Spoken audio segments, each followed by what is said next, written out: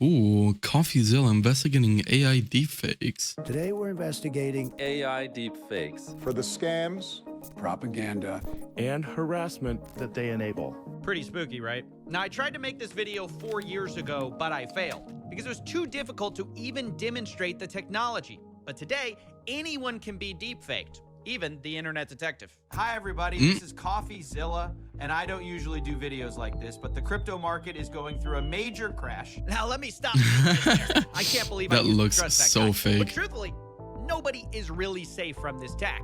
Mr. Beast, Neil deGrasse Tyson, Joe Rogan, Lex Fridman, The Rock, John Cena, they've all been deepfaked. And it's not just for scams. Viral videos, news reports, the White House has even shared deepfakes. And today, I want to investigate all of it so we can finally learn what's real and what's fake.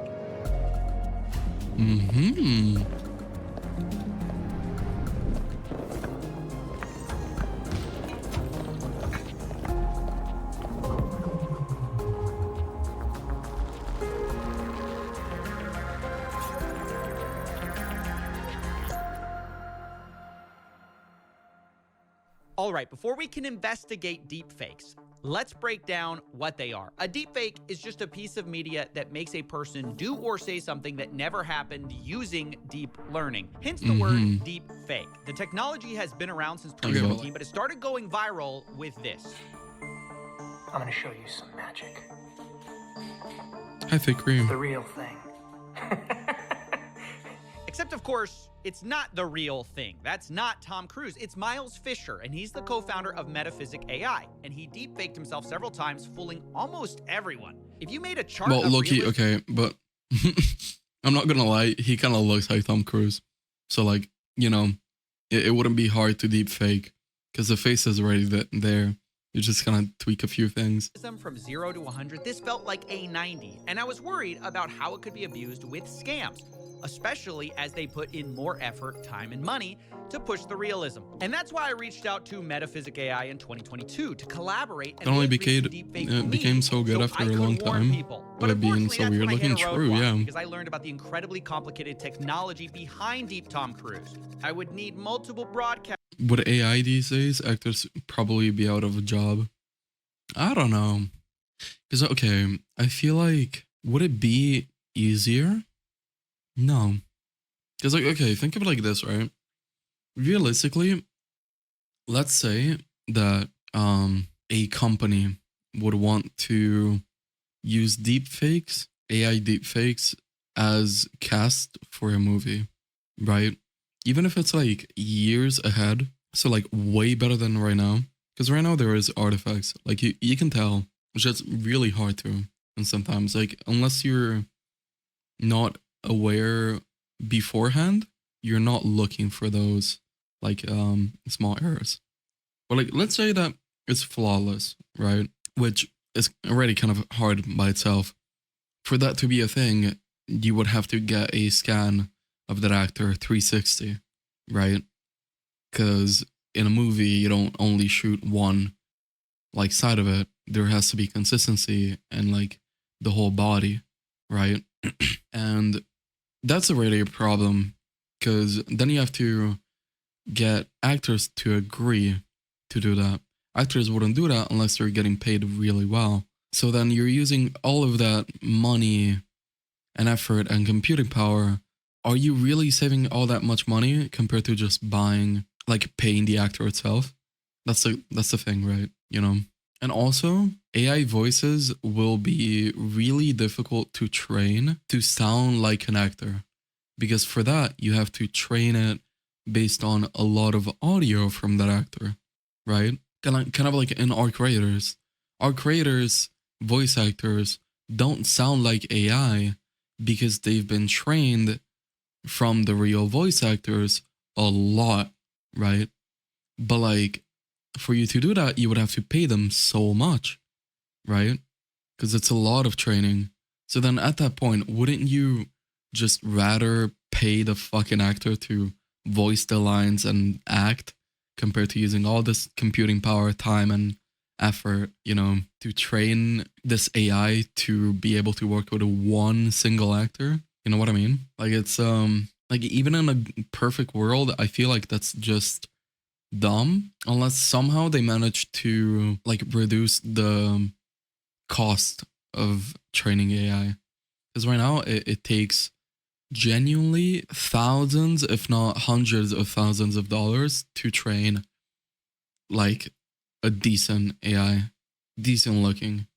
So, you know, yeah, I genuinely think it would be cost prohibitive for the next like 20 years. Like genuinely, I do believe that. Because you don't have to think of ethics, right? Because if a company can save money, they will, right? Ethics aside, if they could replace the actor with a deepfake and save money, they would, right? Problem is, I don't think that we're nowhere near there yet, you know? Netflix already tries to do that. Yeah, but aren't they failing like miserably because they're sinking too much money in compared like to train these deepfakes? So like, you know, like shit. Let's put it in perspective. Fucking Coca-Cola, the biggest soda brand ever to live, right? Billions of dollars of profit a year, right? They took what, like months to make this dog shit AI Coca-Cola commercial, right? They took months to train this multi-billion-dollar company, and it's dog shit, right?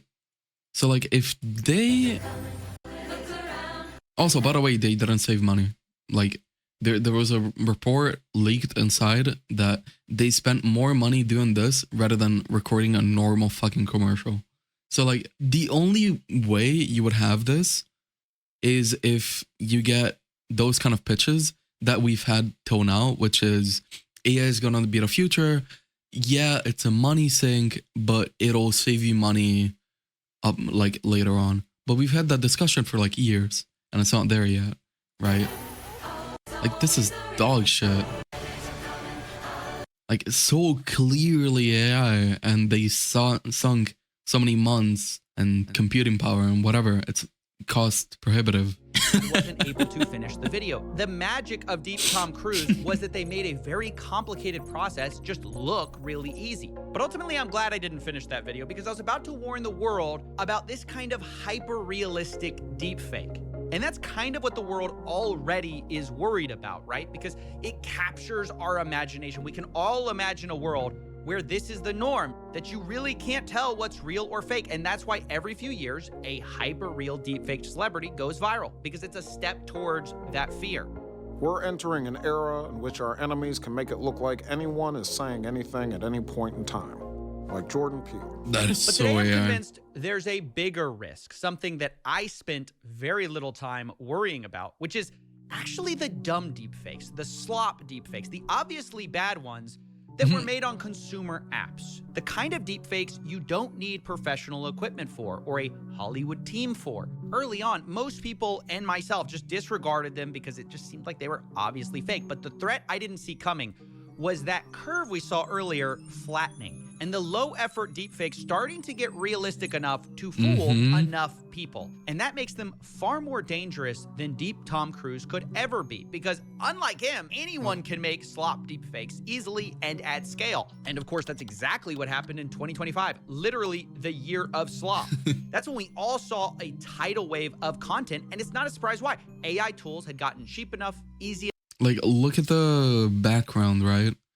Why is this shelf going like this? Like a ramp, right? That's weird. Why does this, like, hanging chandelier have a plant going through it, but this doesn't? Like, this isn't even the whole thing. Like, where's the light bulb in this? The glass is invisible, you know? The cat is looking nowhere. No cat is looking like that. In the background, what are those? Like random ornaments that blend in with each other, right? This random ass shadow spot. Enough and just good. Like the movements being uncanny is just, you know, fakes easily and at scale. And of course, that's exactly what happened in what are you? 2025. Literally AI. the year of slop. That's when we all saw a tidal wave of content, and it's not a surprise why. AI tools had gotten cheap enough, easy enough, and just good enough to flood social media. And unfortunately, I think deepfakes are experiencing the same phenomenon. Just think about the difference between the two approaches. 4 years ago, I was set to collaborate with a world-leading deepfake company. I would need their help, their specialized technology, a custom training set, and a huge amount of data. But today, I deepfaked the intro you saw in the beginning with 2 $20 subscriptions by myself. I used the likeness of 3 presidents, the world's richest man, the world's most popular YouTuber and podcaster, and had them all say things they never said. What? And I thought that Trump and Obama and Mr. Beast were in a Coffeezilla video.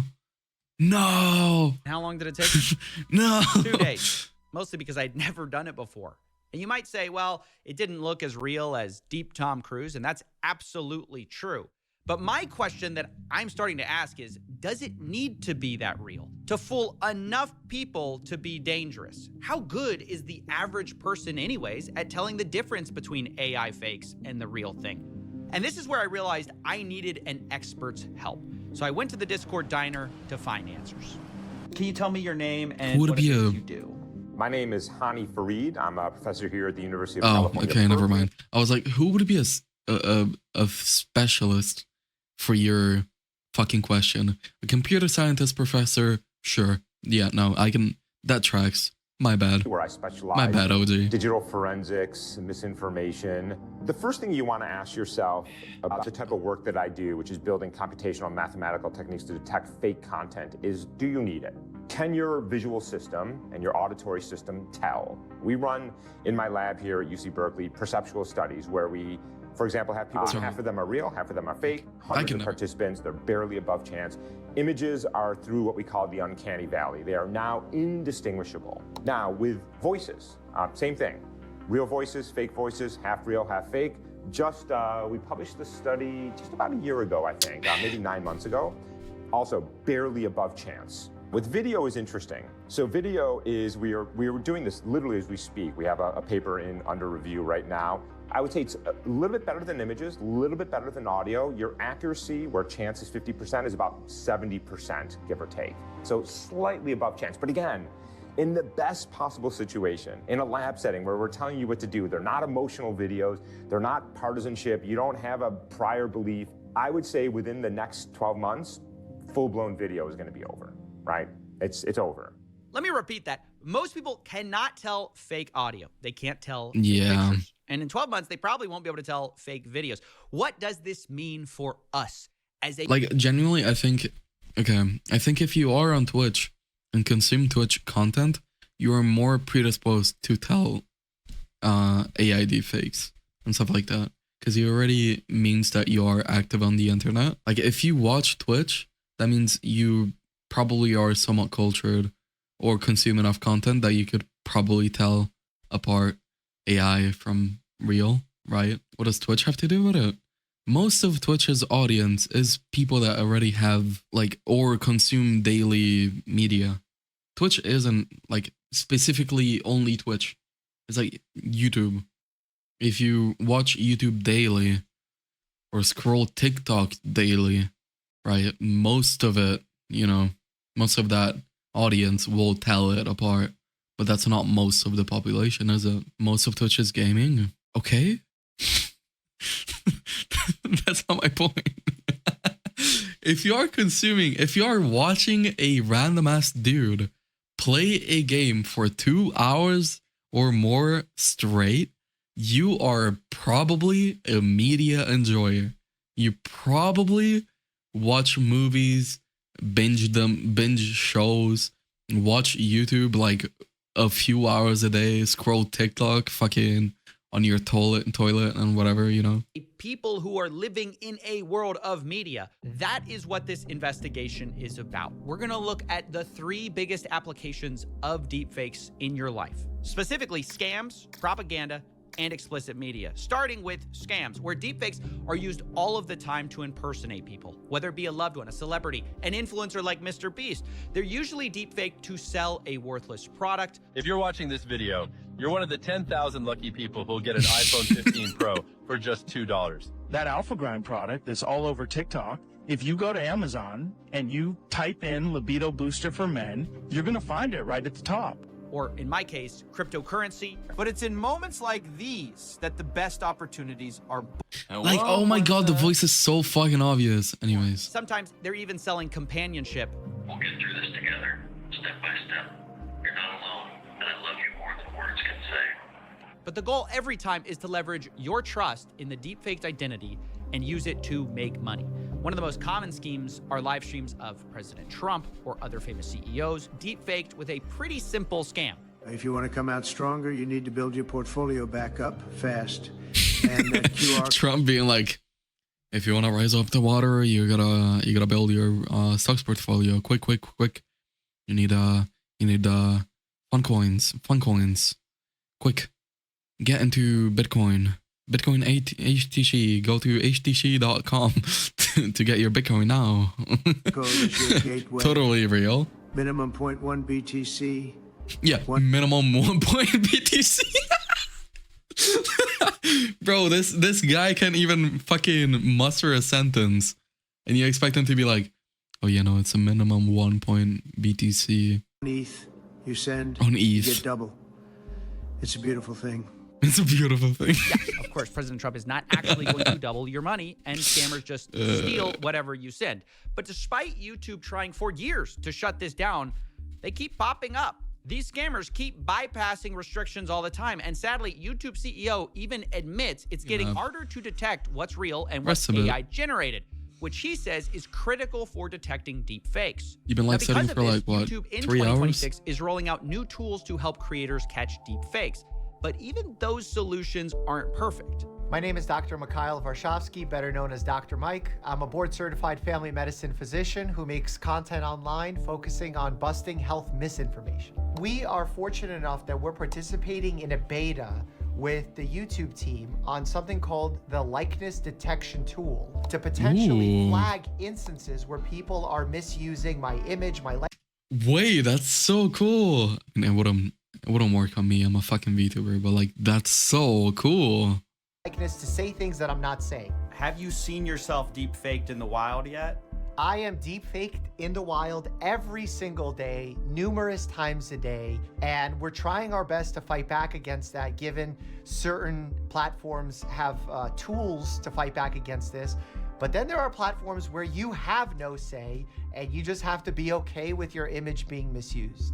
It's so convincing if you're not expecting it. It can catch you off guard. Yeah, especially, okay, if you're watching a CCTV camera footage, then it's really hard to tell. TV, camera, AI. Not this, motherfucker. Fucking, there's so many clips going out. Like this. Of like CCTV camera footage. Because it's so low quality, you don't question the artifacts, right? So if it's AI, you're like, well, you know, I didn't expect it, right? Right. Dr. Mike highlights a problem. He's in the YouTube detection program, stopping deepfakes. Master Beast! I'm Sometimes sorry. the deepfake isn't even of a real person, but the scam is some kind of bait and switch. Like when Corridor Digital showed how an AI modeling photo was used to bait and switch people into buying a product that wasn't what they advertised. And this is actually a huge problem in e-commerce. The YouTuber Pleasant Green made a video about a trend of old people selling you handcrafted products, only to find out that all these old artisans are AI generated, and the real owners are selling cheap Chinese knockoffs, which look nothing like the product photos. That cute couple selling you hand-knit sweaters, they don't exist. But even if the primary use of deepfake is impersonating real or fake people, sometimes it's just to make the scam more efficient or to be safer. Think about scam callers. Previously, they needed a big call center. Sometimes they would get raided. But nowadays, those same companies can replace their workers with 10 times as many AI callers who don't sleep, don't ask for a raise, sound like a human, and most importantly, do not blow the whistle on you, making the operation both more scalable and safer to run. As someone who busts scams all the time, by the way, I can tell you it's usually the ex-wife, coworkers, contractors who unravel the whole thing. But if you need fewer people, your risk goes down. Just look at Checkpoint Research, a cybersecurity firm who recently uncovered malware called VoidLink. It was described as highly modular, advanced with adaptive stealth, resembling the efforts of multiple teams of professionals, they said. Now, previously, all of that would be expensive and risky to maintain that headcount. But a few days later, Checkpoint Research discovered most of the code was authored almost entirely by artificial intelligence in less than a week, likely under the direction of a single individual. So AI is making sophisticated scamming possible for the first time in history as a solo operator. And it's much safer that way, with the tools for stealing credibility or just completely faking your identity easier than ever. And in the best of times, this would all represent a very serious threat. But we are also in a crime is legal era, making it hard to believe we're gonna put up a fight against deepfake scams, especially when our government actually kind of loves deepfake. Sorry, that caught me so off guard. What the fuck is this? Like, a lot. A lot. Which brings us to our next application, propaganda, which is not new, but deepfakes are kind of the evolution of it. Now, most people assume propaganda is brainwashing. It's something that only dumb people fall for. It could never affect me, but the effects are much... Nope. I know propaganda works very well on me because every fucking time I see either a Formula 1 edit or a Formula 1 movie or a fucking like military like jet movie, whatever, or edit, I'm like, hell yeah. Now I kind of want to drive Formula 1 or enroll in the army right now. Might consider it right now. Fucking Top Gun made me like genuinely question, do I want to enroll? More complicated than you might realize. Take, for instance, these videos of Venezuelans crying tears of joy after their leader was captured. Oye, el dictador cayó. Finalmente. Estamos liberados. El dictador cayó finalmente. Granadito, hermano, esto es real. The audio is so fake. Mira cómo está la gente. ¡Viva Venezuela libre! Gracias, Donald Trump. ¡Viva la libertad! Like that random ass fucking granny would know who the fuck Donald Trump is. These videos were used as evidence that America's raid on Maduro was actually a great thing, even for the people of Venezuela. But those clips, turns out, are not real. They're, of course, AI-generated propaganda. And we should ask, what was the goal and effect of those videos? You might think the goal is to convince us that Venezuelans are happy, and that clearly worked because these videos went viral. But what is the effect on people who didn't fall for it, the people who saw it get debunked a day later? I would know. I was one of those people who happened to see a debunk video. And I brought it up with my buddy who we'd been talking about this situation. I asked where he heard Venezuelans liked our overthrow. He responded he was just reading Reddit, no objective data. I said a few fake AI videos were floating, hard to know what's real. He replied, yep, could be bots on Reddit as well. So think about this. Me and my friend are trying to just learn what's true, but we realize there's fake AI videos, could be bots, astroturfing. What's propaganda's effect on us? I mean, honestly, it's just suspicion of everything. And this is the real danger here, is that we cognitively check out because we give up. It's just too complicated. We don't know what to believe. We don't know what not to believe. So we're like, all right, it. Just, I give up, right? That's just not a good outcome for a democracy. So here's what I can tell you about Venezuela. I must have seen a dozen videos of people celebrating and thanking Trump. Every single one of them was fake. The answer to these questions are always complicated and nuanced. Was there somebody on some street corner celebrating? 100% I believe that that is to be the case, right? But I also think, you know, in this particular case, figuring out what is happening in the world is incredibly complicated. Doing that in moments of military conflict is particularly complicated. And particularly when everybody wants an answer right now. Yeah, he's right. And because everyone wants that answer now, propaganda is happy to step in. But the goal and effect of propaganda isn't just one thing. For some people, obviously, they made up their mind immediately before the facts came in. But for me and others who may have seen that debunk video, the effect was more suspicion. And that's funny because later, if you look at the polling way after the event, it turns out lots of Latin Americans and even Venezuelans were indeed happy about Maduro being removed. It's just that those videos were totally fake and not based on any kind of facts. So I'm not saying deepfake propaganda is always wrong and the opposite is always true. But propaganda is always fake and it makes real facts harder to find. In other words, it doesn't stop people from working to get informed. It just makes people feel like getting informed is too much work. This is honestly well understood in places like Russia who are more familiar with propaganda, but Westerners are far more naive. They think they could never fall for such cheap tricks. Yeah. I'm Russian. I grew up in Russia, and when people in the West talk about propaganda, I usually understand the theory they're describing, but emotionally it feels foreign. because what they imagine is very clean, very cinematic. Real propaganda is messer, more boring, more human. For a long time I thought propaganda was something that only worked on people who weren't very smart. And that belief itself is exactly what propaganda relies on. Because propaganda doesn't need to make you stupid, it just needs to make you tired. When you live inside it, propaganda doesn't arrive as an event. There is no moment where you say, ah yes, now the propaganda has begun.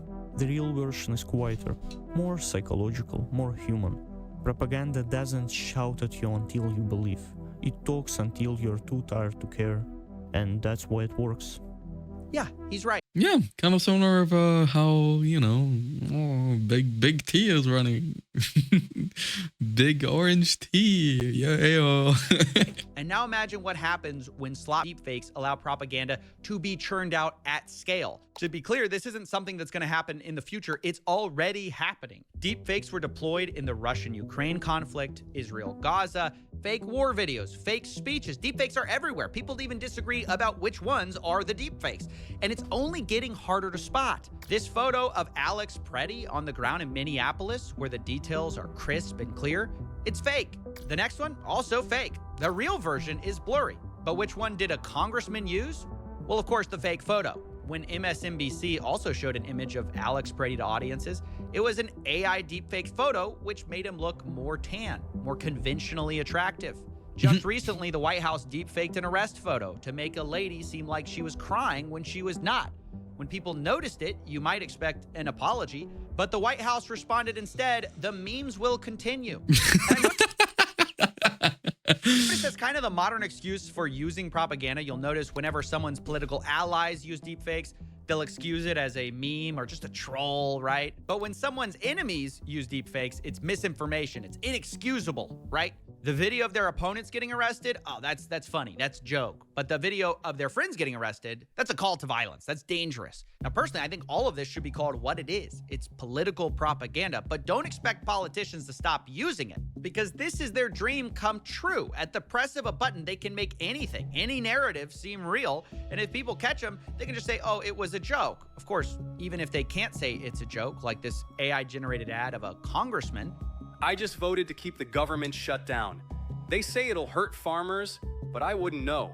I've only seen a farm on Instagram. Well, technically, they told you it was AI generated in the bottom left of the clip. Now, of course, most people aren't going to notice that, but what's most worrying to me is that most people don't seem to care about the use of fully AI-generated propaganda if it suits their bias. In fact, when you tell someone that a video or image is fake, they sometimes will resist it because they actually kind of want it to be true. Take, for instance, Joe Rogan. Have you seen this video? I haven't seen it. Please play it. I haven't seen it. Please, Jamie, find that Tim video. Walsh But this is weird. That was a big mistake. It's probably a real person. It might not be Tim Walsh. The Trump is AI generated. No, he slaps his ass. I mean, that is hilarious. Oh, it's definitely him.